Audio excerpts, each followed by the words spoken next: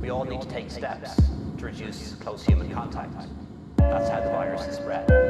Confirmation that the country will remain largely shut down until at least early March. The entire country will move to level 5 of the framework for living with COVID-19. There will be people in absolute despair at this news, and I am very afraid that on balance, yes, we are getting it wrong.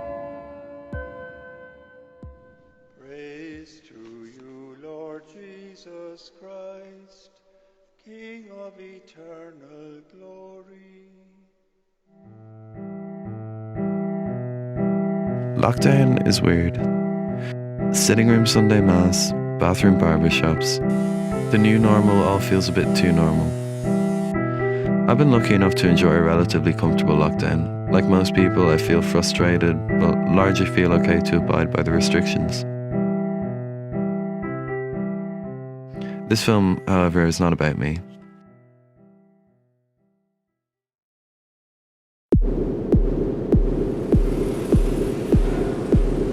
I'd heard from so many people that the anti-lockdown protests were growing in numbers as yet more restrictions loomed. So I wanted to go see for myself and to film it. Fringe far-right politicians like these. Let's give a great cheer from Dublin to Washington for President Donald J. Trump. Gave lengthy speeches which seemed more concerned with the European Union hate speech legislation and the tarnishes sexuality than the very real financial and social economic hardship which had befallen many thousands of people in the pandemic. Leo Varadkar. Pro-abortion, he's homosexual, and he's in favour of mass immigration. Now there's a man with no principles whatsoever. His opportunistic, fringe political groups accomplished little more than collecting a few coins towards their party funds and creating an environment in which conspiracy theories and perhaps the virus itself could flourish.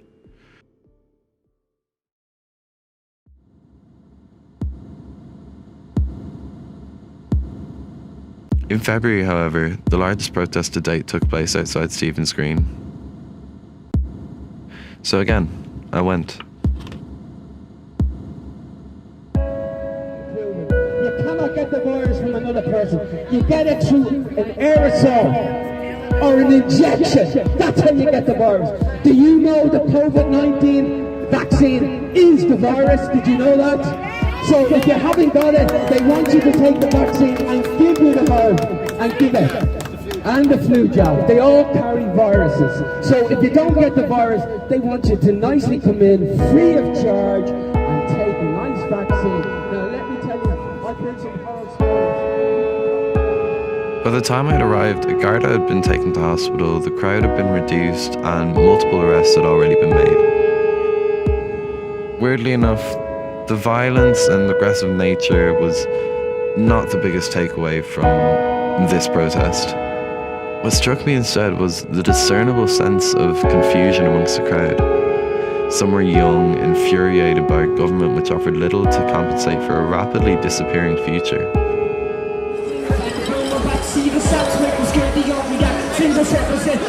Some were older, terrified of a world that seemed to no longer make sense to them.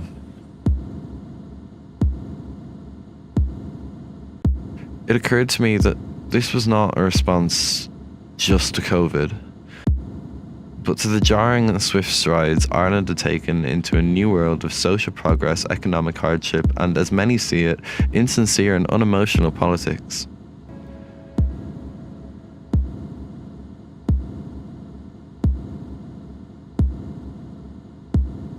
The Garda presence grew once more, and eventually the sun set on what had been one of the strangest days Dublin City had ever witnessed.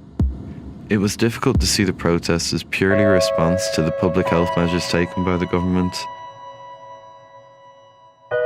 as opposed to genuine disenfranchisement in the face of a rapidly changing country.